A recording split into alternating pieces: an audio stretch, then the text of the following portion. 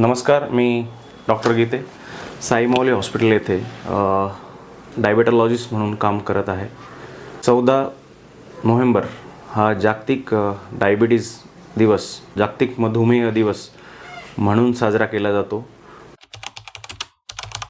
नगरमध्ये जो आम्ही पेशंट बेस पाहतो त्यानुसार स्ट्रेस हा सर्वात महत्त्वाचं कारण डायबिटीजसाठी आहे. त्यामध्ये आणखी कारणं जर पाहिली, पेशंटची लाईफस्टाईल, त्यामध्ये व्यायाम न करणं, ओबेसिटी, ब्लड प्रेशर असणं, व्यायाम नसणं, हालचाल कमीत कमी असणं, ऑफिस वर्क असणारी लोक, ह्या सर्व घटक डायबिटीजसाठी कारणीभूत आहेत. आणि त्यामुळे पेशंटला नॉर्मल सामान्य नागरिकांना डायबिटीज होण्याचा धोका सर्व कारणांमुळे होऊ शकतो. तर ही सर्व कारणं असताना आपल्याला त्यामध्ये बदल करणं गरजेचं आहे, काळाची गरज आहे. यामध्ये व्यायाम करणं, स्वतःसाठी वेळ देणं, कुटुंबासाठी वेळ देणं, आपला एखादा खेळ जोपासणं, आपली एखादी आवड जोपासणं, आपला एखादा छंद जोपासणं खूप काळाची गरज आहे. कारण हे धकाधकीच्या जीवनामध्ये, खूप स्ट्रेसफुल एन्व्हायरमेंटमध्ये कंटिन्युअसली जनरल सामान्य लोक असतात. आम्हाला हे लक्षात येतं ज्यावेळेस पेशंट OPDमध्ये येतात, त्यावेळेस खूप साऱ्या गोष्टी किंवा खूप सारी कारणं हे आमच्या लक्षात येतात. त्यांच्या हिस्ट्री टेकिंगवरून त्यांच्या ज्या डिटेल्स घेतो आपण पेशंटच्या, त्यामध्ये आम्हाला हे लक्षात येतं की हे सगळ्या गोष्टी पेशंटवर भयंकर ताण निर्माण करतात. वर्क स्ट्रेस, फॅमिली स्ट्रेस आणि इकॉनॉमिक स्ट्रेस, फायनान्शियल बर्डन्स, या सर्व गोष्टींमुळे अशा अचानक होत नाहीत. आणि त्याचं ते बर्डन घेऊन, फायनान्शियल बर्डन आणि इकॉनॉमिक स्ट्रेसमुळे ही लोक बऱ्यापैकी रुग्ण हे मधुमेहाला बळी पडतात, हृदयरोगाला बळी पडतात. डायबिटीजचं प्रमाण प्रचंड वाढत चाललेलं आहे आणि तरुण पिढीला लवकर श्रीमंत होण्याची घाई आहे, लवकरात लवकर बिझनेसमध्ये यश येण्याची घाई आहे.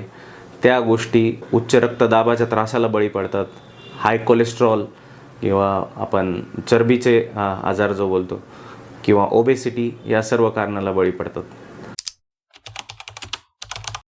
ह्या सर्व गोष्टींमुळे दुपारचं जेवण कमी जास्त प्रमाणात लेट होणं आणि रात्रीचं जेवण हेवी, जे की संध्याकाळी सूर्यास्तानंतर जेवण करणं अवॉइड करायला पाहिजे, जसं आपले जैन बांधव करतात ते.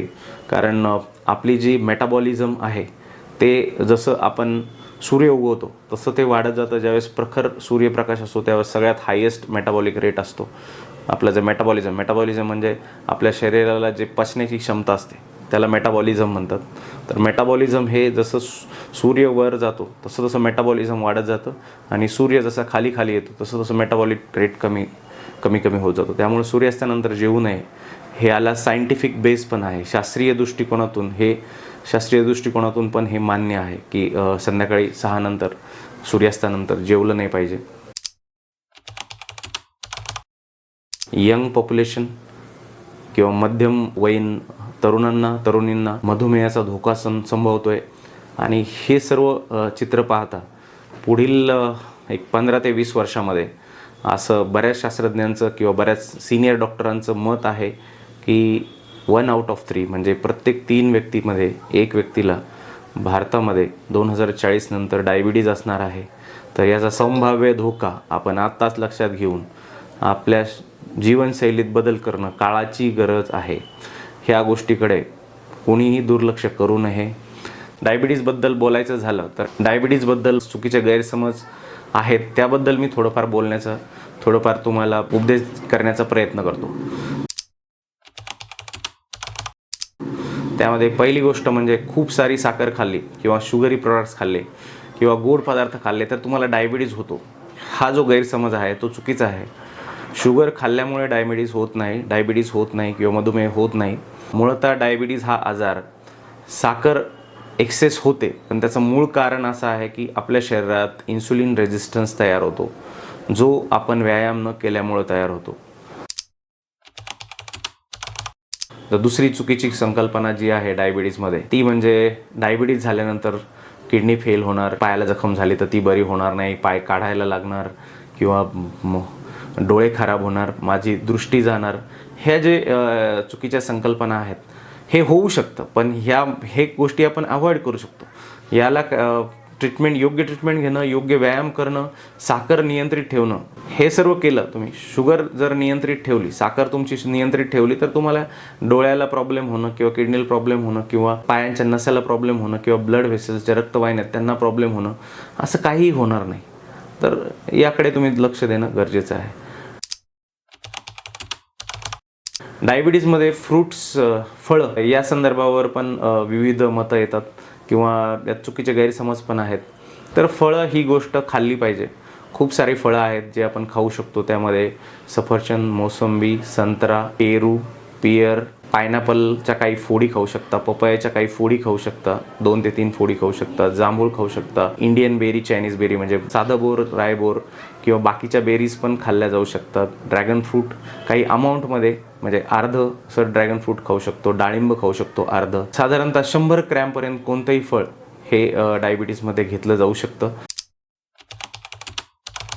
डायबिटीजमध्ये आणखी एक चुकीचा गैरसमज आहे की डायबिटीजमध्ये हे खाऊ नका, ते खाऊ नका, अशा खूप साऱ्या गोष्टीवर बोललं जातं किंवा डायबिटीजच्या पेशंटनी काहीच खायचं नाही किंवा कमीत कमी खायचं, हा एक चुकीचा गोड गैरसमज आहे.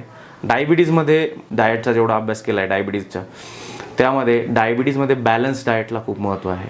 बॅलन्स डाएटमध्ये साधारणतः 50 to 60% आपण कर्बोदके घेतले पाहिजे, 50 ते 60% कर्बोदके, 20 ते 30% प्रोटीन घेतलं पाहिजे आणि 10 ते 15% हे आपण गुड फॅट्स घेतले पाहिजेत. त्यामध्ये गावरान तूप किंवा चांगलं चीज ह्या गोष्टी येतात. डायबिटीज हा खूप गंभीर आजार नाही.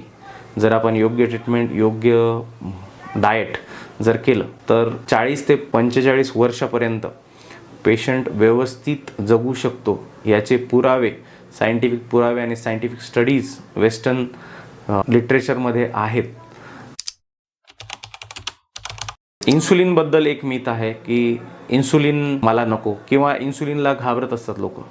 मला तुम्हाला एक प्रश्न विचारायचा आहे की माझ्या शरीरात किंवा आमचे कॅमेरामॅन आहेत त्यांना डायबिटीज नाही आहे, त्यांच्या शरीरात साखर कशी कंट्रोल केली जाते? साखर ही नॅचरल इन्सुलिन, नैसर्गिक इन्सुलिनने कंट्रोल केली जाते. मग तुम्हाला सगळ्यात नैसर्गिक काय गोष्ट आहे? तर इन्सुलिन आहे. तर तुम्ही डायबिटीजमध्ये इन्सुलिनला घाबरून कसं चालेल? डायबिटीज झाल्यानंतर इन्सुलिनला घाबरून चालणार नाही. इन्सुलिनची गरज जर तुमचे डॉक्टर सांगत असतील की तुम्हाला घेणं गरजेचं आहे, तर तुम्हाला ते घ्यायला पाहिजे. ते योग्य डोसमध्ये तुम्हाला ते टायट्रेट करून ते तुम्हाला डॉक्टर तुमचे सांगतील त्या पद्धतीने तुम्ही त्याचा इन्सुलिनचा डोस घेतला गेला पाहिजे. डॉक्टरांनी सांगितलेले मेडिसिन्स, डॉक्टरांनी सांगितलेले इन्सुलिन्स, डॉक्टरांनी सांगितलेले डाएट, आहार हा घेणं गरजेचं आहे.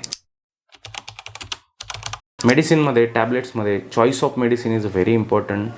कारण तुम्ही कोणतं मेडिसिन कोणत्या एज ग्रुपमध्ये किती शुगर कंट्रोल आहे त्यानुसार दिलं जातं आणि त्याचे साईड इफेक्ट्स आणि ते सर्व पाहता. जसं जितक्या व्यक्ती तितक्या प्रवृत्ती जसं असतं, तसंच जितके डायबिटीजचे पेशंट तितकं व्हेरिएबल किंवा तितकं व्हेरिएशन मेडिसिनमध्ये असतं. तर right choice of medicine is a very important.